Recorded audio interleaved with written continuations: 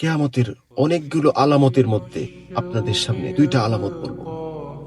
So first one, আমি যেটা বলতে চাচ্ছি সেটা হচ্ছে নবীজি মুহাম্মদ সাল্লাল্লাহু আলাইহি ওয়াসাল্লাম বলেছেন 1400 বছর আগে উনি বলেছেন যে কিয়ামত ততদিন পর্যন্ত হবে না যতদিন পর্যন্ত তুমি দেখছো যে দুনিয়া থেকে বিশ্বাস উঠে যাবে।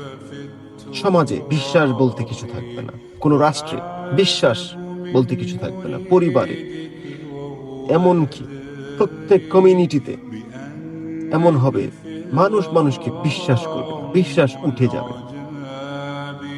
লক্ষ্য করে দেখেন আমাদের সমাজে প্রত্যেক জায়গাতে এখন বিশ্বাস উঠে যাচ্ছে।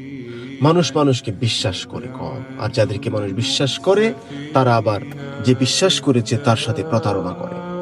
এটা হয়ে গেছে পৃথিবীর বর্তমান অবস্থা।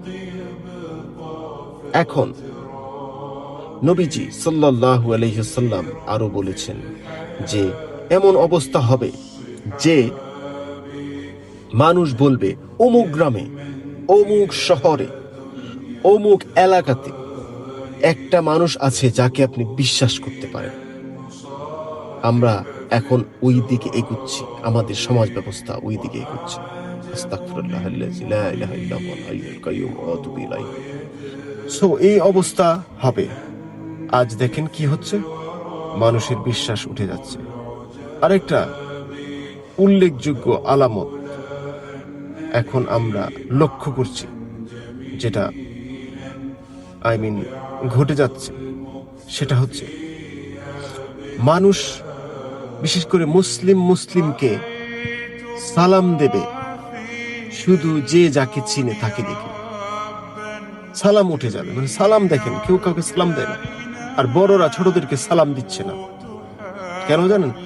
তার মনে একটা অহংকার, এটা শয়তানে ঢুকাইছে যে আমি বড়, তাই আমাকে ও ছোট, ও আমাকে সালাম দেবে।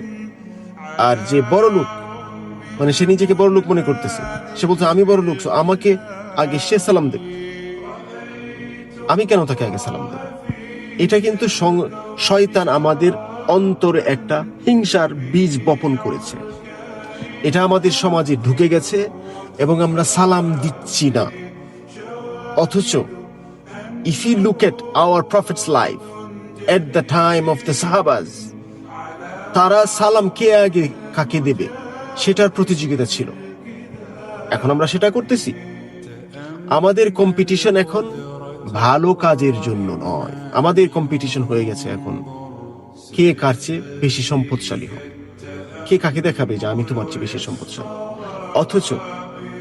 অথচ আমাদের নীতি হওয়া উচিত ছিল আমরা কম্পিটিশন করব কে কার চেয়ে ভালো হব, কে কার চেয়ে বেশি চ্যারিটি করব, দান করব, কে কার চেয়ে বেশি সত্যবাদী হব, কে কার চেয়ে বেশি নামাজ পড়ব, কে কার চেয়ে বেশি কোরআন পড়ব, কে কার চেয়ে বেশি আল্লাহ তাআলার কমান্ডকে মেনে চলব। আমাদের উচিত ছিল সেটাকে অনুসরণ করা, সেইভাবে জীবনকে করা। ওইটা ছিল আমাদের কম্পিটিশন।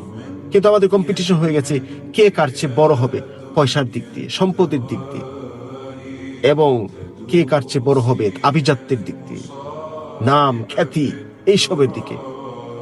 আল্লাহ যেন আমাদেরকে প্রোটেক্ট করে। আসসালামু আলাইকুম।